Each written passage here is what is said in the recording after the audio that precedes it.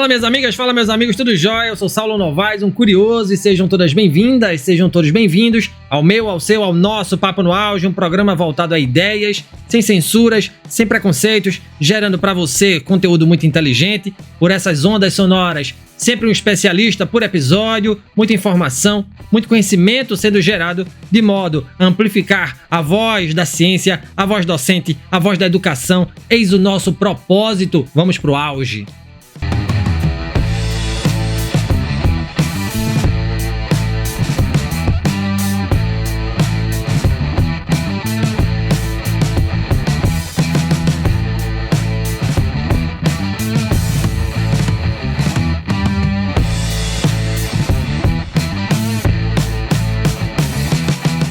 O sistema tributário brasileiro é notoriamente complexo e abrangente, caracterizado por uma elevada carga de impostos e uma estrutura que envolve múltiplos tributos em diferentes níveis de governo, federal, estadual e municipal.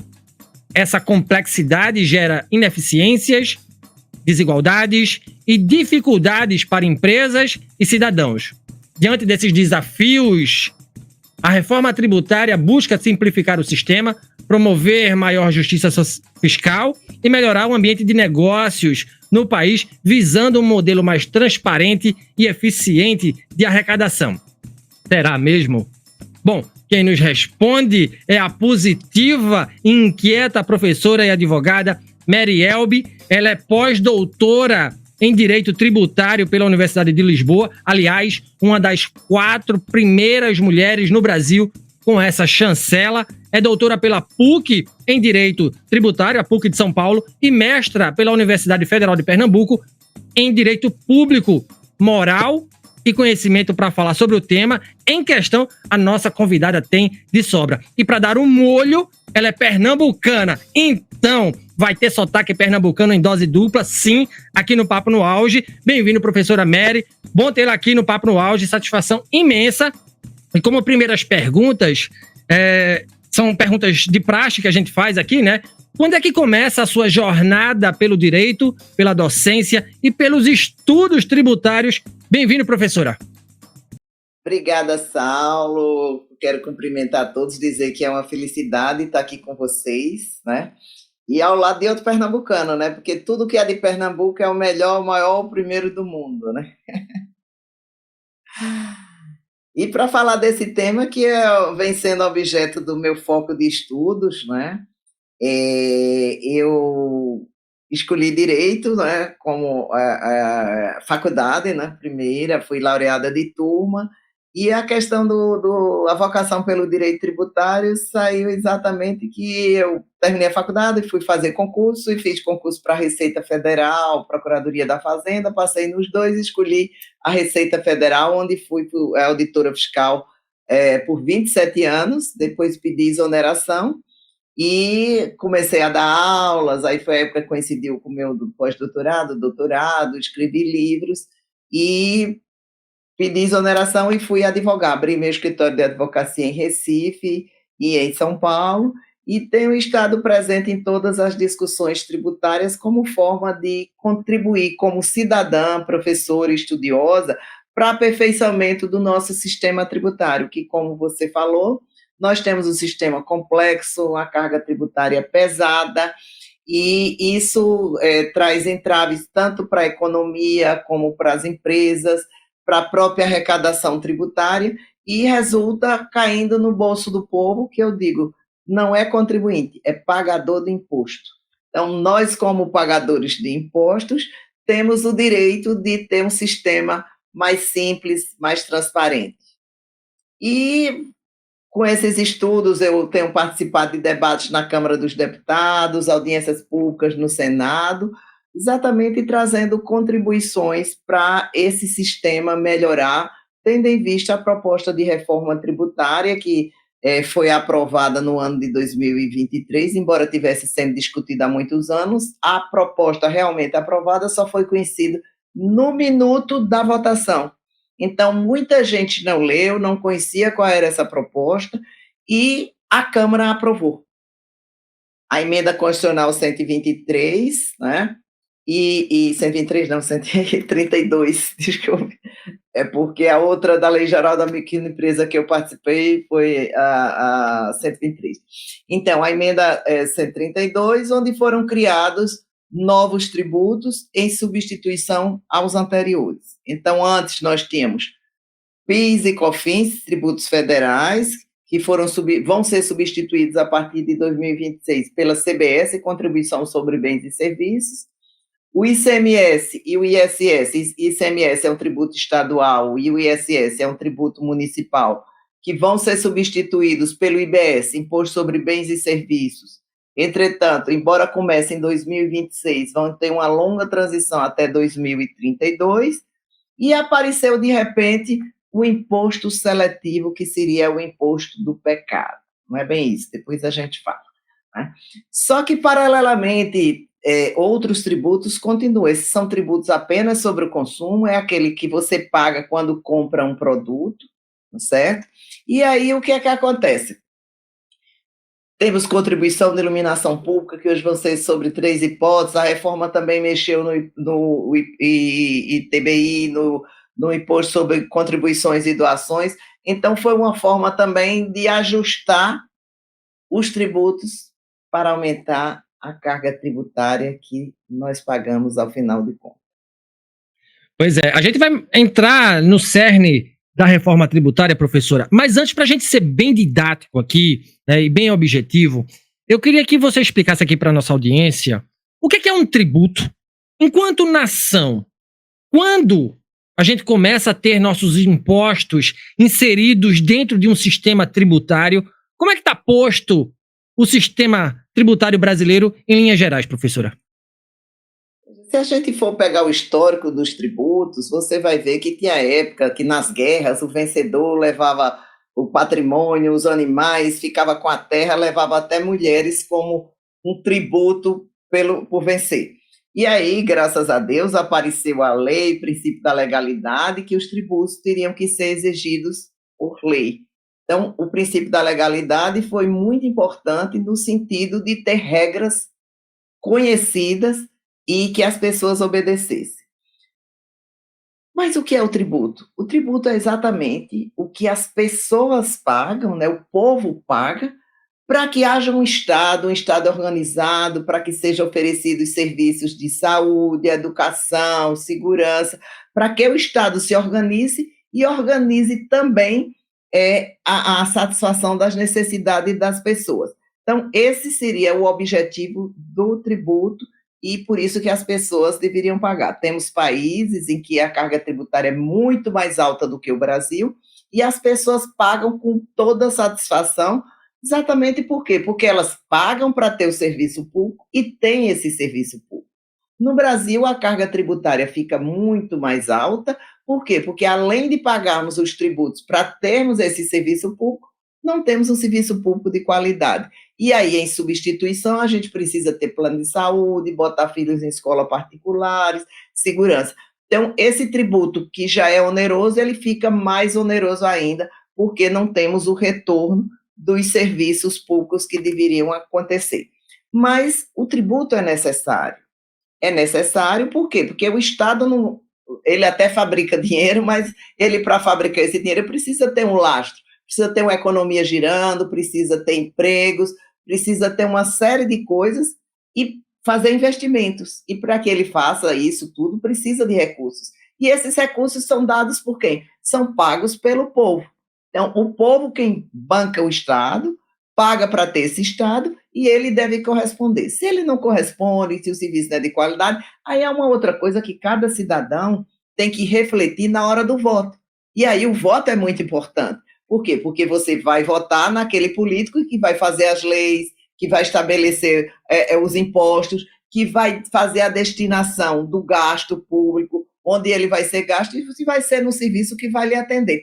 Mas as pessoas nunca observam no momento da eleição em quem estão votando, quais os compromissos desse candidato, e aí eu não sou candidata a nada, nem tenho partido nenhum. Aqui eu estou falando como uma cidadã, uma professora, de o que é o Estado e que ele precisa de recursos e que você precisa ter atenção em quem você está votando e depois cobrar dessa pessoa que está votando e que fez promessas exatamente que ela cumpra aquelas promessas que se destinou. Então, e foi com esse objetivo que apareceu a reforma tributária, com a promessa de simplificar, ser transparente, fazer justiça social. Só que aí vem a seguinte questão, Saulo. Foi aprovada a reforma com essas promessas, eu até digo, com essas narrativas, que iria gerar investimento, gerar emprego, que o povo mais pobre receberia o tributo pago de volta, e quando a gente olha para o texto escrito, vê que não é isso que tem lá, ou o que está escrito não vai resultar em cumprimento dessas promessas. Por isso que, quando eu estive lá no Senado, eu alertei os senhores senadores sobre a responsabilidade deles, não é simplesmente aprovar uma reforma tributária, é saber se o texto aprovado, ele traz todos esses cumprimentos, ele atende todos os objetivos das promessas que era o objetivo que ele foi criar. Muito show, professora. Veja, eu queria voltar ao assunto, porque quando a gente compara o sistema tributário brasileiro com outros países, a gente fica de queixo caído, né? Se a gente pode fazer essa comparação, professora, em que patamar o Brasil está do ponto de vista do sistema tributário quando a gente compara com outros países? Veja, o sistema brasileiro, ao contrário de outros países, ele é muito constitucionalizado. Então, a base do sistema tributário está na Constituição, contrariamente a outros países que não têm um texto constitucional tão longo referindo a tributo. Mas, apesar de ser diferente, eu defendo. Por que eu defendo?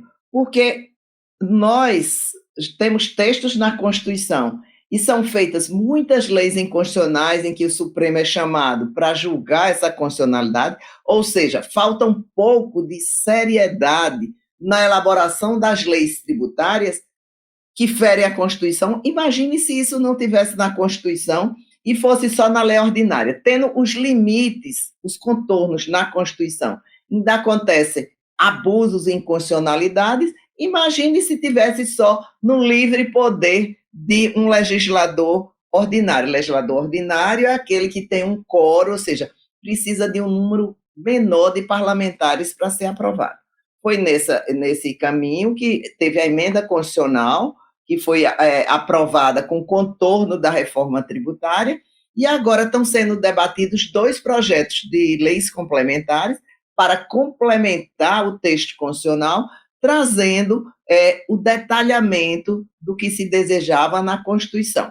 Só que vários dispositivos da Constituição, vários artigos, trazem um comando, e na hora que foram feitas essas propostas de leis que ainda não foram aprovadas, os comandos não foram obedecidos exatamente na regra que estava lá constitucional. O que é que isso vai acontecer? Pode gerar várias discussões de constitucionalidade e vários litígios tributários, que eram dos objetivos da reforma tributária, reduzir os litígios tributários e as discussões. Veja, hoje nós temos 5 trilhões de reais em discussão tributária, em crédito tributário, que estão sendo discutidos em 39 milhões de processos. Isso não é bom para a economia, não é bom para a fazenda pública, porque ela está deixando de arrecadar, não é bom para o contribuinte, que fica devendo tributos, mas isso tudo não é sonegação. Aí onde é que está? É exatamente fruto de quê? Fruto de leis ordinárias que deram interpretações diferentes do texto constitucional, geraram inconstitucionalidades, tanto é que a gente vê quantas decisões do Supremo Tribunal Federal, que é o guardião da Constituição, declarando inconstitucionalidade de tributo. Ou seja, o contribuinte deixou de pagar não porque é sonegador, ele deixou de pagar porque entendeu que aquela cobrança daquele tributo, ela contrariava o texto constitucional. Daí porque muita gente critica um texto constitucional muito analítico, e eu particularmente defendo que é uma forma de você ter segurança jurídica. Claro que existem contribuintes que fraudam, contribuintes sonegadores, mas eu digo, isso aí é uma pequena parcela, e essa pequena parcela deve ser objeto de quê? De fiscalização, de punições, de processos penais, até prisão, para que sirva de lição que não vale a pena sonegar. mas com certeza a maioria do contribuinte brasileiro, ele é um bom pagador de imposto, é um bom cumprimento de leis tributárias. Até porque não tem sentido você sonegar, por exemplo, uma empresa que tem ações em bolsa. Por que ela vai sonegar se o nome dela vai ser atingido, se as questões negociais delas vão ser impactadas? Então, na realidade, a gente tem que pensar em regras que facilite a vida do bom pagador de imposto, que ele possa pagar cada vez mais de uma forma mais justa. E que a gente possa também receber, né, professora, as benesses do imposto pago, né? Isso também é importantíssimo. Veja, eu vou falar de sonegação mais para frente. Por hora, eu queria perguntar à senhora, professora Mary, se o sistema tributário atual ele é tão ineficiente, por que ele foi mantido por tanto tempo sem reformas significativas, hein? Veja, o sistema é eficiente, ele arrecada bem. Ou seja, o que é eficiência? Ele arrecada bem, ele está gerando recursos para o Estado fazer tudo o que quer, certo? Inclusive gastar mal, gastar sem qualidade, né? E é exatamente daí que surgem, como consequência, os aumentos da arrecadação. Por quê? Porque gasta mal, gasta cada vez mais, tem um custo alto. Por quê? Porque nós não temos uma revisão, uma reforma administrativa, uma reforma do Estado para reduzir o custo do Estado. Então, se o custo do Estado é alto, vai precisar de uma arrecadação alta. E para ter arrecadação alta, se cobra mais imposto. E a gente quem paga esse imposto. Então, ela é eficiente do ponto de vista da arrecadação. Só que ela é complexa, é burocrática. Por exemplo, um grande dificultador do nosso sistema tributário são as exigências burocráticas, a burocracia, o número de declarações que são exigidas, o número de documentos. Você vê, em plena era tecnológica, né, onde você chega em qualquer país do mundo, passa um cartão, imediatamente você chega o SMS, você gastou tanto em tal país, é assim, uma coisa tão automática. É estranho que se exijam tantas obrigações acessórias e cumulativas. Você vê, em plena reforma tributária, que se defende a simplificação, acabou de ser criada uma nova declaração para os contribuintes preencherem mais uma obrigação acessória de declarar. Quando esses dados, essas informações, já estão nos próprios sistemas das fazendas públicas, federal, estadual e municipal. Então, para que imputar mais um ônus, um dever para o contribuinte, se seria uma solução tecnológica para poder retirar de tal linha, soma ali, vem aqui, então tirou-se os dados automaticamente, sem precisar o contribuinte ser molestado com mais uma obrigação. Por quê? Porque é mais fácil. É mais fácil dizer, contribuinte, eu quero saber isso, faz uma nova declaração. Então, temos dezenas de declarações, dezenas de informações que são dadas pelo contribuinte, e isso onera o contribuinte. E aí, em relação à reforma, vamos ter um grande desafio, porque a reforma nós vamos ter 8 anos, 2026 a 2032, os dois sistemas. O atual, que é complexo, mas a gente já conhece, né? E o novo sistema que ainda estão sendo criadas obrigações acessórias para atender. Então, veja, eu coloquei isso também no Senado, no sentido seguinte: temos que ter um sistema tecnológico eficiente que não exija do contribuinte a fiscalização, porque do jeito que está lá hoje, o contribuinte é quem vai virar fiscal das outras empresas que ele compra ou que ele vende. E com isso, o quê? Cria-se mais uma obrigação para o pagador do imposto no momento, e isso gera mais um ônus. E aí vem a minha pergunta: a proposta não era simplificar?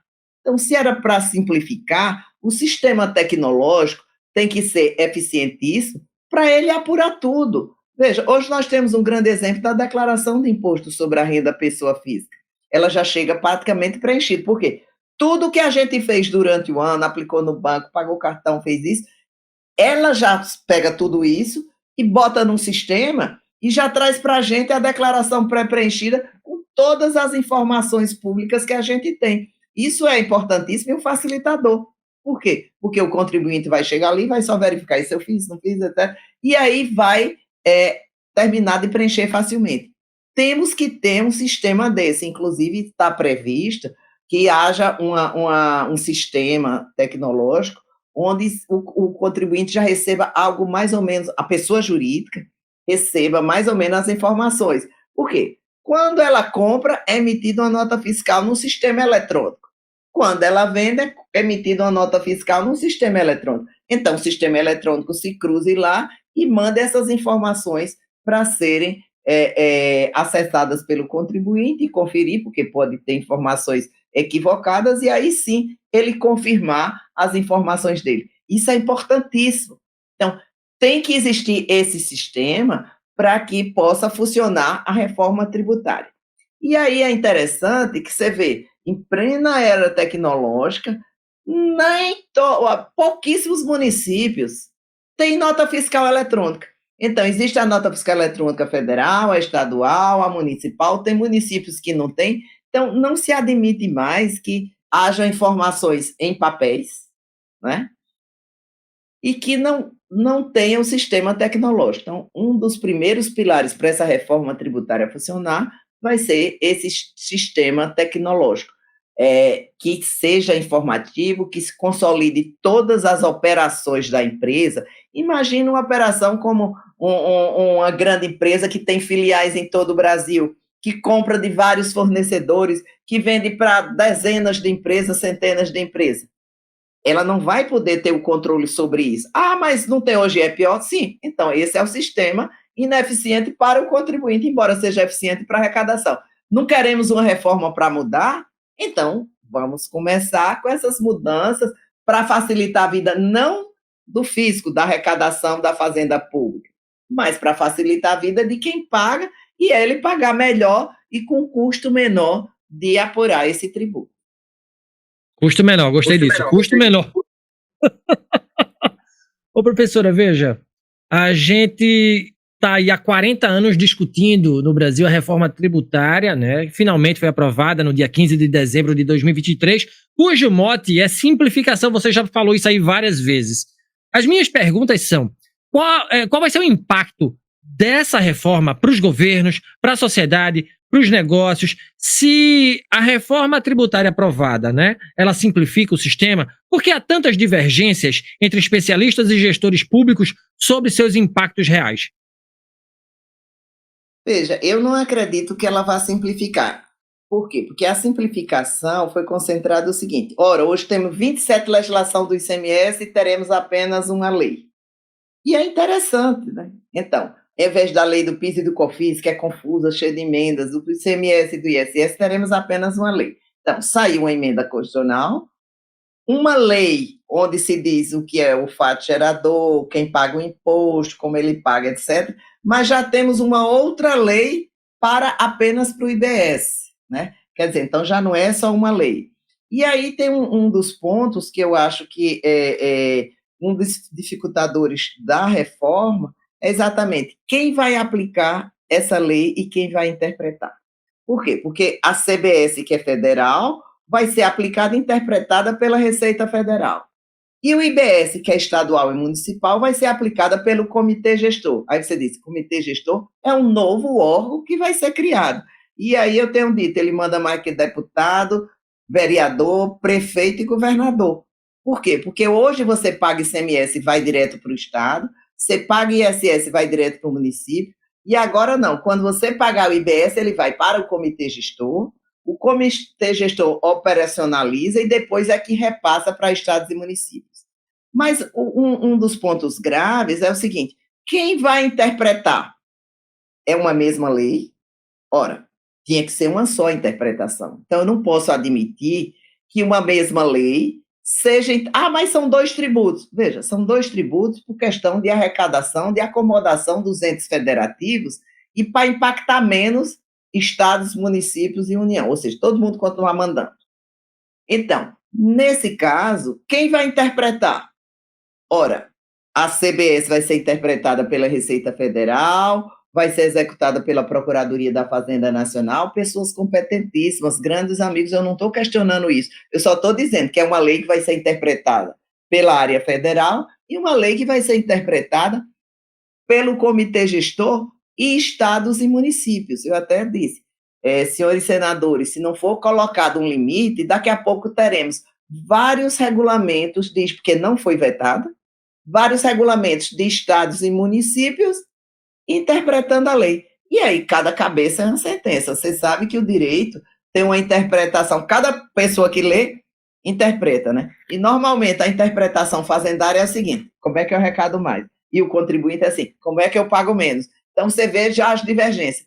Imagine o contribuinte ter a mesma lei, interpretada na área federal por um ente, na área estadual por outro ente, e aí, quem está certo? É um só tributo, é um tributo que o contribuinte pagou e uma só lei. E aí isso vai gerar muita divergência de interpretação, é o ser humano. Como também, quem vai julgar? Vai ser a Justiça Estadual, vai ser a Justiça Federal. Então, você vê que a mesma lei vai passar por várias possibilidades de interpretações e, para mim, isso não significa simplificação. Pelo contrário, significa interpretações divergentes e litígio. Porque quando a área federal interpretar de um jeito e a área estadual interpretar de outro, eu, como advogada, vou dizer assim: quem está certo? Alguém tem que estar errado, não pode os dois estar certos. E aí o contribuinte ainda vai dar sua terceira interpretação. Então, vamos para onde? Para o judiciário, para que ele decida quem está certo. Porque senão vamos ter a discussão que temos hoje entre estados e municípios, porque tem casos que o cara diz assim: não, incide ICMS, o município diz incide ISS. Aí o contribuinte diz incide ISS, aí paga. Aí o estado vai lá, lavra um auto de infração e cobra o tributo. E depois, se ele ganha, você pagou indevidamente um e deixou de pagar o outro. Isso tem que acabar.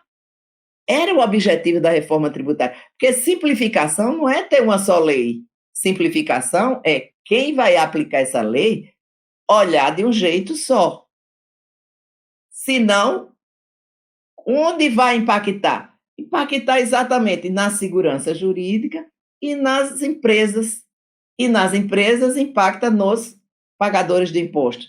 Porque eu volto a dizer, quem paga imposto sobre o consumo, PIS, COFINS, ICMS, ISS e os novos CBS e IBS, não é a empresa, ela recolhe, mas isso tudo é repassado para o consumidor final, que sou eu, você e todo mundo que está nos ouvindo. Ou seja, quem comprar qualquer produto, quem comprar qualquer serviço, vai pagar o imposto no final das contas. E aí a grande pergunta que eu acho que você vai me fazer depois, mas eu não aguento, tenho que dizer agora: vai aumentar? Vai e muito. Rapaz, que grande fala, hein, professora? Que grande fala, que grandes questionamentos você coloca aqui pra gente. Bom, vamos falar de sonegação agora, já entro agora nesse mote. Porque como é que a reforma tributária ela pode beneficiar pequenas e médias empresas, e eu acho que você já disse que nem sei se vai tanto, né?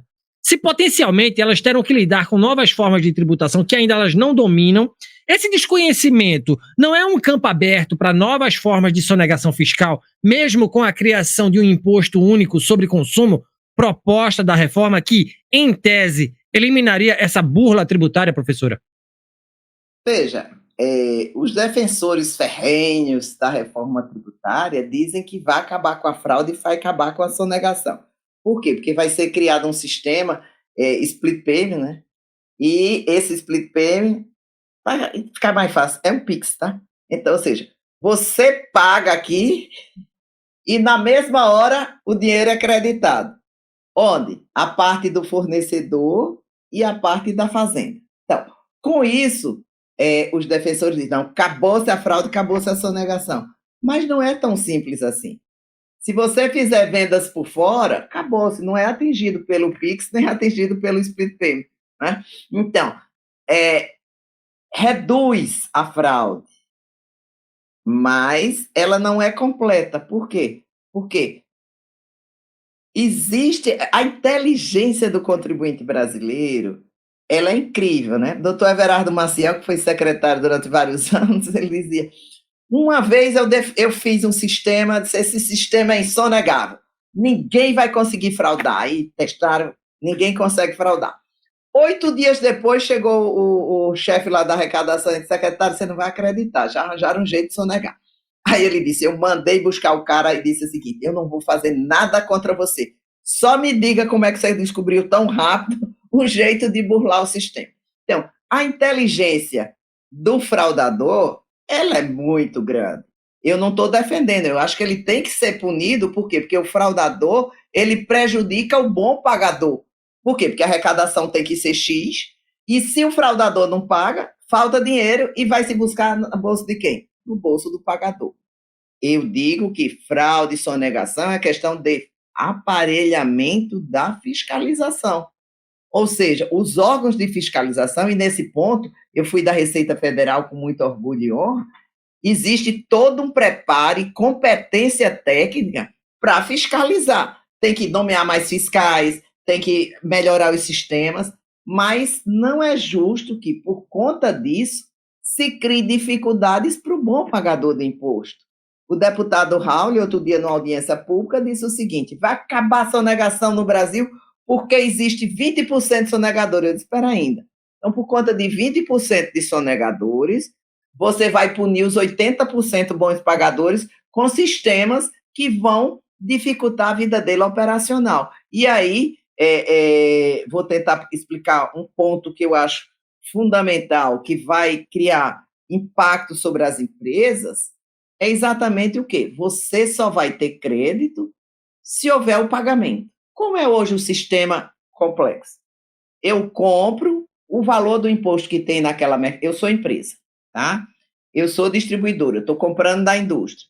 Aí, na indústria, eu compro o produto e, digamos que eu pago 130. 100 é do dinheiro 100 é o preço do fornecedor e 30 do imposto. Eu vendo por 150. 150, 120 é o valor do imposto, é o valor do meu valor de venda e 30 é o valor do imposto. Eu comprei e eu vendi, pego o quê? O que eu comprei é crédito, os 30, e o que eu vendi é débito. Cruzo um com o outro, a diferença, se for menor, eu tenho crédito, se for maior, eu pago. Hoje é simples, porque as pessoas já estão acostumadas ao sistema, mas independe de haver pagamento de um ou de outro. O novo sistema traz um dificultador, que aí eu digo sim, isso vai impactar fluxo de caixa das empresas. Porque se todo mundo comprasse e vendesse a dinheiro de imediato, era ótimo. Ele comprou aqui e vendeu ali. Hoje a pessoa tem um crédito independentemente do pagamento. Então, eu vendo, já tenho o débito independentemente do pagamento. Agora, na nova sistemática, foi colocado que, obrigatoriamente, eu só tenho crédito depois que houver o pagamento. Se não houver o pagamento, eu não tenho crédito. Então, quando eu vender a mercadoria, só terei débitos. E aí eles dizem: não, aí onde é que vai facilitar a nova sistemática? Eu digo: perfeito, mas se houver uma compra à vista e uma venda a prazo, eu terei crédito, já terei que ter desembolsado o dinheiro para ter o crédito, e não tenho débito porque ainda vendi a prazo, ainda não recebi, então o imposto da compra não foi pago. Então, isso vai afetar, sim, o fluxo de caixa das empresas, com certeza. É a questão prática, é uma questão numérica. Basta saber somar e diminuir, que dá certinho, não precisa nem saber multiplicar e dividir, né? Então, isso vai impactar, sim, as empresas. E aí você falou nas pequenas empresas. Essas serão afetadas. Por quê? Porque a competitividade delas vai ser atingida com a concorrência entre as outras empresas. Por quê? Eu sou microempresa, vendo um produto por 100 e vou dar um crédito de 10. A outra empresa, que é do lucro presumido, por exemplo, ela vende o mesmo produto por 100, mas ela dá um crédito de 20. Quem vai comprar de quem? Claro que vai comprar da empresa que dá um crédito maior. Tá? Por quê? Porque o que deixar de ser pago, a empresa paga. Então, vamos ter, sim, a micro e pequena empresa atingida na competitividade. Elas não vão se acabar, porque mantém o regime dela, mas eu não sei se, na prática, elas vão se acabar. Por quê? Porque a justificativa é assim: basta ela sair do sistema e, com relação à CBS e IBS, ela entrar no regime geral. Isso significa aumento de preço, que afeta também a competitividade. Então, ela concorrendo com outra empresa que dê um crédito maior, ela vai ser, sim, prejudicada. E isso vai afetar os preços, Sal. Porque diz, não, porque microempresa está em final de cadeia. Não, você tem microempresa em meio de cadeia.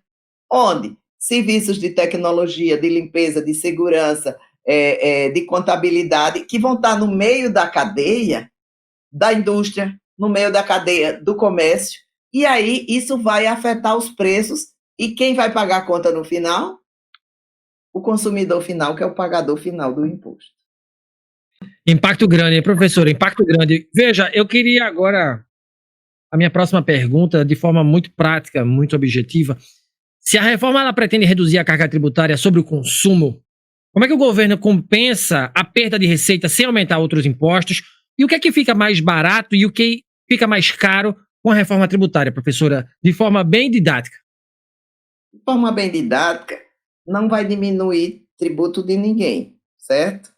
Ou seja, inclusive não foi promessa da reforma, era promessa da reforma que manteria a carga tributária, né? Mas alguns produtos podem ficar mais baratos, tá? Eu acho incrível que a essa altura não tenhamos ainda estudos substanciosos para dizer isso fica mais caro, isso fica mais barato. Mas o que eu posso lhe dizer é o seguinte: aparentemente a indústria, alguns produtos terão a tributação reduzida. E como é que a arrecadação vai ser compensada? Porque serviço vai ser altamente onerado. Então, você vê, uma empresa prestadora de serviço do lucro presumido, hoje paga no máximo 8,65, entre PIS, COFINS e ISS. Com a nova tributação, ela passa para, era 26%, já se falou em 28%, no Senado teve uma pessoa lá que falou em 30%, mas ficamos em 28%. Então, ela sai de 8,5%, 8,65%, para 28%. Imagine como aumenta o tributo. E como a empresa não suporta, ela vai repassar tudo isso no preço. Então, o preço do serviço vai aumentar. E essa é uma questão interessante. Por quê? Porque a empresa comércio e indústria tem créditos.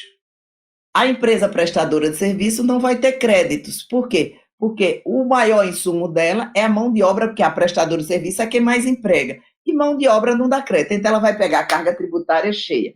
Semana passada, me ligou a jornalista sobre a questão de serviço funerário. E aí apareceu até um embate. O serviço funerário disse que ia aumentar em 200% o tributo, e imediatamente a Receita Federal disse: isso é fake. Não é fake. Não é fake. E sabe por que não é fake? Por quê? Porque foi dito que o serviço funerário tem crédito. Aí eu falei com o presidente da Associação das Empresas Funerárias e disse o seguinte: qual é o custo de vocês? Ele disse: apenas 10% de caixão, roupa do morto, etc. Então, ela não tem crédito, porque o custo dela é mão de obra. Se o custo é mão de obra e ela não tem crédito para fazer a compensação, significa que ela vai pagar o imposto todo. E volto a dizer, quem vai pagar o imposto todo é quem usar o serviço funerário. Embora quem usa o serviço funerário seja o morto, mas quem vai pagar é a família, né? Então, vai aumentar esse serviço funerário. Aí vai aumentar todos os outros serviços, e aí diz, não, quem usa serviço é o rico, não é o pobre. Não, se engana, porque você vai ter a cabeleireira do bairro, o contador do bairro, vai ter a empresa de lavagem de veículos, ou seja, tem uma série de serviços que vão onerar a pessoa mais pobre e, inclusive, afetar o emprego do mais pobre. Por quê? Porque é a prestadora de serviço que paga mais, emprega mais do que as outras empresas que têm tecnologia. Então, aparentemente, quem teria o mau ganho com a reforma tributária seria a indústria. Alguns produtos que a gente não sabe quais são, vai depender do nível de insumos que ela tenha, mas o que eu posso dizer é que o prestador de serviço vai ter um alto impacto de aumento de carga tributária. Pois é, professora. E em cima dessa sua fala, eu faço a minha última pergunta, ou as minhas últimas perguntas, tá? Como é que essa reforma vai abordar as disparidades regionais sem prejudicar estados menos desenvolvidos que dependem de incentivos fiscais? O novo modelo tributário, ele pode realmente reduzir a desigualdade social no Brasil ou continuará a beneficiar os setores mais ricos e influentes? Por que é tão difícil, professora, e para arrematar, por que é tão difícil taxar os super ricos no Brasil? Bom, primeira coisa, os super ricos são muito poucos. Então, por mais que você taxe, eles jamais vão compensar a arrecadação que você tem quando pega o consumidor mais pobre, tá? Então, vamos logo ajustar isso aí, que é um discurso muito interessante, tá? Mas nós temos uma população que 1% é mais rica. Inclusive, quem ganha acima de R$ 7.000 já é considerado rico no Brasil. Daí você tira que... Por isso que a tributação nossa é em cima do consumo, porque aí todo mundo paga, rico, pobre, etc. Mas você tocou numa questão interessante, a questão da disparidade regionais. Nós temos vários países dentro do Brasil,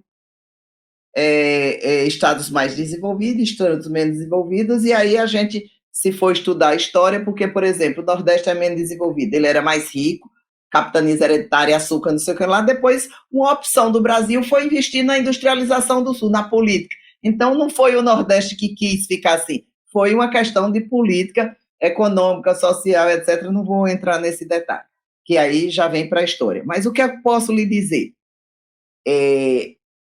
Os estados mais ricos vão ser mais beneficiados. Como? Vai acabar incentivo fiscal. Então, acabando incentivo fiscal, como você vai atrair empresas para o Norte e para o Nordeste? Por exemplo, quem vai abrir uma indústria lá dentro do Amazonas, se não tiver um incentivo fiscal, ela pode abrir aqui com um custo muito menor de logística, de frete, etc., aqui no estado desenvolvido. Então, acaba o poder de dar incentivos fiscais e aí vai criar um déficit econômico nesses estados menos desenvolvidos que utilizava, por exemplo, Pernambuco, né? Então, e aí temos um fator que vai ser mais desvantajoso. Por quê? Porque no comitê gestor, quem vai gerir o IBS e o ISS, o IBS, que seria o ICMS e o ISS dos municípios, então, o comitê gestor ele vai ser integrado por 27 representantes, um de cada estado, 54 representantes, 27 dos estados e 27 dos municípios, e dá 54. Até hoje eu fico me perguntando como é que você vai ter paridade, os 27 estados, um de cada estado está ok, mas 5.600 municípios se enxugarem 27 representantes. Aí vai ter eleição, não sei lá. Aí você já vê que a escolha disso aí pode variar e prejudicar municípios mais pobres. Mas, como se não bastasse, o critério de votação é o seguinte: estados com mais população e municípios com mais população, o voto dele no comitê gestor tem mais peso do que os outros. Significa o quê? Qual é o estado mais populoso e o município mais populoso do Brasil? São Paulo. Então, São Paulo que está no Sudeste, São Paulo que é o mais rico, São Paulo que todo mundo já quer se instalar aqui, significa o quê? Que ele vai ter um peso maior. E o Nordeste e o Norte, que tem menos população, vão ter um peso menor. Então, dificilmente essa disparidade vai acabar. E aí vem um ponto. Mas foram criados fundos de compensação do incentivo fiscal, Fundo Nacional de Desenvolvimento, 4 novos fundos que a União vai bancar. De onde vai sair o dinheiro? Até hoje ninguém pensou de onde é que vai sair esse dinheiro, certo? Do seu bolso, do meu bolso, do bolso de quem está ouvindo aqui, do pagador do imposto. Vai ter que, de alguma forma, haver uma tributação maior em alguma coisa para compensar essa nova obrigação da União. E aí, eu tive em Mato Grosso do Sul e tinha lá o secretário da Fazenda dizendo: esse fundo de compensação de incentivos fiscais, que quando acabar o incentivo, a União vai pagar para os estados, esse valor, que o valor máximo são 32 bilhões, ele não paga nem os incentivos que nosso estado vai receber. Imagine o Brasil, isso é para o Brasil todo, imagine quando botar todos esses incentivos. Então, eu tenho certeza, não vou dizer nem eu acho, eu tenho certeza que essa disparidade regional não vai acabar e vai piorar. E eu me pergunto o seguinte: como é que determinados os estados do Norte e Nordeste deixaram passar esse critério de voto do comitê gestor, que vai comandar a regulamentação, vai comandar arrecadação, etc. Assim, muito simples. Então, eu acho que faltou um alerta de observação nos entes federativos que vão ser prejudicados. Terça-feira até eu disse lá no Senado, eu me preocupo que daqui a 5 anos a gente tenha que estar aqui novamente discutindo uma reforma tributária, e aí não é só questão de tributo, uma reforma de orçamento desses entes federativos também. Então, na arrecadação deles. Eu, como cidadã, eu fico assim bastante reflexiva e em alerta de que temos a oportunidade de fazer uma reforma tributária para mudar, para simplificar, para atrair investimentos, para gerar emprego, ter mais transparência, todas aquelas promessas que hoje já são, inclusive, princípios constitucionais no texto da Constituição. E depois de tantos anos, tantos embates, etc., ela não alcança esses objetivos. O que eu posso dizer é o seguinte: como cidadã, farei tudo para contribuir, para esclarecer, para que ela atenda esses objetivos de mudar o sistema para realmente um sistema mais simples, mais eficiente. Mas, como conhecedora prática, eu digo, eu já fui auditora, fui professor de auditor, já ajudei a elaborar a lei, já advoguei, sou pagadora de imposto, então conheço bem o sistema como empresária, como tudo, e na prática eu vejo que tem muitas coisas que não vão funcionar como a teoria, né? E aí, Saulo, eu queria só, a gente já está terminando, eu queria só dizer uma coisa. É tão interessante aqui no Brasil que foi criado o imposto do pecado, né? Para combater fumo, cigarro e jogo, né? Que são os 3 itens. Só que quando saiu no texto constitucional, e nos outros países existe esse tributo com essas características. Quando saiu a emenda constitucional, ela dizia assim: a proposta será um tributo com finalidade extrafiscal, ou seja, ela não é para arrecadar, é exatamente para combater o consumo de produtos nocivos à saúde do meio ambiente. Na hora que foi aprovada, eles já tiraram o extrafiscal, ou seja, ela vai ter um fundo de arrecadação também, ou seja, vai ser mais um imposto para arrecadar. E quando a gente vê o que foi incluído como objeto de incidir o tributo seletivo, o imposto seletivo, você vê que lá tem automóveis. É pecado você ter automóvel? Não.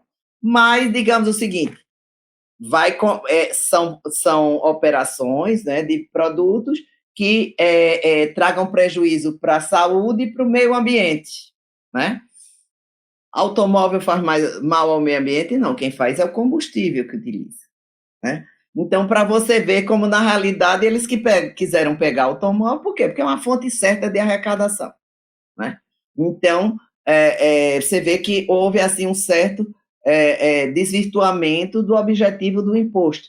O que isso preocupa, por quê? Porque significa que foi olhada a arrecadação e não a questão ambiental. É interessante, por exemplo, que houve uma discussão muito grande entre bebidas açucaradas, né? Vai, não vai, etc. Só que se você fizer uma pesquisa, as pessoas mais pobres tomam a Coca-Cola no domingo. Aí você vai aumentar o imposto dela. Ah, mas não devia tomar, que é açucarado e faz mal à saúde. Aí eu digo, realmente, vamos mudar a realidade de que ele vai comprar produto orgânico, de que ele vai beber sucos saudáveis. Fugir um pouco da realidade de determinadas discussões. Eu sou bastante prática e objetiva no seguinte sentido: vamos olhar a realidade do Brasil, mudar a cultura, mas antes de mudar a cultura, não vamos onerar as pessoas, tá? Então, eu acho que muitas vezes a narrativa, o discurso bonito, ele enche as vistas, ele dá ilusão, mas na realidade não é isso que acontece. E é essa a minha preocupação como cidadã, não é nem como advogada, porque eu digo sempre, como advogada, quanto mais litígio, mais processo, mais honorário, eu gostaria. Mas como cidadã, como professora, como formadora de opinião, isso me causa estranheza, isso me causa realmente revolta de que as coisas aconteçam desse jeito. E aí vem a minha batalha, todo o meu trabalho nos últimos meses é dedicado exatamente a esclarecer. Sabe por quê? que a maioria dos parlamentares não sabe bem o que é reforma, embarcaram na narrativa do discurso vamos gerar emprego, simplificar e atrair investimentos, e não analisaram o texto escrito.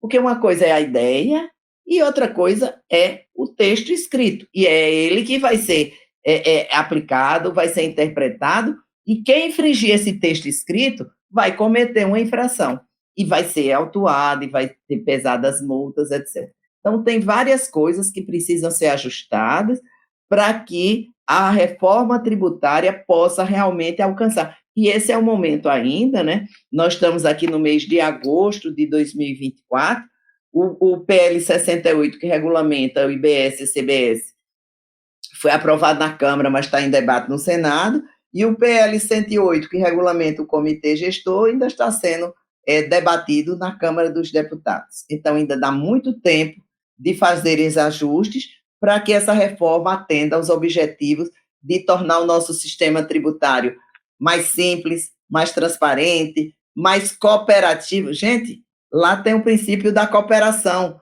Cooperação significa o seguinte: a Fazenda não pode ver contribuinte como sonegador e o contribuinte não pode ver só a Fazenda como um espoliador. Já chega no tempo seguinte: a Fazenda cumpre o seu objetivo de arrecadar, mas vamos fazer arrecadação justa, simples, e o contribuinte pagar o seu imposto de forma simples e de forma adequada.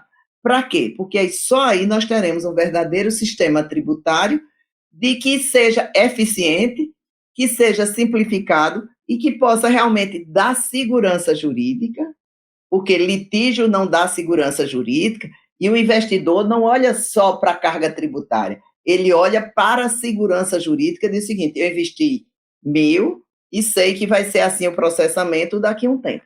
Então, é isso que eu conclamo e gostaria de alertar todos para nos unirmos. Obrigada, esse seu trabalho de trazer esclarecimento, ele é importante, por quê? Porque a gente precisa esclarecer para que as pessoas conheçam o que está acontecendo, tente ainda ajustar. E aí vem o seguinte: já estamos no período de planejamento. Por quê? Por exemplo, se você tem uma empresa que vai fazer qualquer contrato acima de 24 meses, você tem que pensar agora. Por quê? Porque você está fazendo sobre um tributo com um valor e daqui a 24 meses o tributo mudou. Então, se você não prevê isso nos seus contratos, nas suas vendas, nas suas operações, na sua produção, você pode ser muito mais impactado quando esse sistema entrar em vigor. Sensacional, professora. E aí eu fico com uma frase sua, que a senhora disse há pouco: não vamos onerar as pessoas que já estão muito oneradas, sobretudo os mais pobres. E com essa fala sua e levando adiante essa nossa missão de trazer conhecimento potente como o seu à tona, eu digo que chegamos ao fim deste riquíssimo episódio do Papo no Auge. Eu conversei com a professora e advogada Mary Elby, né, pós-doutora em Direito Tributário. Que papo majestoso, professora. Obrigado de verdade aqui por sua participação. Eu adorei. Uma pernambucana arretada, fazendo sucesso pro mundo, né? Quem quiser trocar ideias com você, professora, como lhe encontrar? Mais uma vez, obrigado, viu? Eu tenho o meu Instagram, né, e tem lá várias palestras, a minha fala ao Senado, então as pessoas podem entrar lá no meu Instagram, Mary_Elby, e aí fazer contato e a gente fica à disposição. Obrigada a você, Saulo, por essa oportunidade e muito sucesso cada vez mais. Obrigado, inclusive tem o seu site também, né, que é belíssimo, inclusive, e a senhora, inclusive, trabalha com outro tipo de conteúdo, né, professora? Eu tenho, além de tributário, eu sou especialista em felicidade. Olha o meu livro aqui, ó, Prática da Felicidade. Que maravilha! Domine a arte de ser feliz, né? Porque o mundo é tão pesado, tantas coisas, né? Que a gente precisa buscar formas de ser feliz, independentemente da carga tributária, da complexidade, dos tsunamis da vida. E você pode fazer isso se preparando dentro de você, construindo a sua própria felicidade. E que a vida tenha tantos mais sorrisos pujantes assim como o seu e essa felicidade que você alardeia, né, por aí. Professora, obrigado de verdade, tá? Grande abraço. Obrigada a você. Grande abraço. E um grande abraço a todos. Valeu. E se você gostou desse conteúdo, não esqueça de avaliar o podcast Papo no Auge nas plataformas de áudio e de vídeo. No Spotify, avalie o nosso programa conferindo as 5 estrelinhas. No YouTube, deixe o seu like. Em ambas, deixe o seu comentário. Assim você faz com que o nosso conteúdo atinja mais gente. Nas mídias sociais, nos siga no Instagram, @Papo no Auge. No LinkedIn, Saulo Novaes. Compartilhe nosso programa com a sua rede de amigos, assim você alarga a inteligência coletiva. Estamos integralmente nos tocadores de podcast e no YouTube. Quer ser um parceiro do Papo no Auge? Então se associe ao nosso programa por meio da plataforma Catarse de financiamento coletivo ou via PicPay. Com planos mensais de 5, 10, 30, 50 e 100 reais, você se torna um membro do nosso podcast, concorre a muitos prêmios e nos ajuda a conversar com muitos professores mundo afora. Um grande abraço para todo mundo e bora pro auge.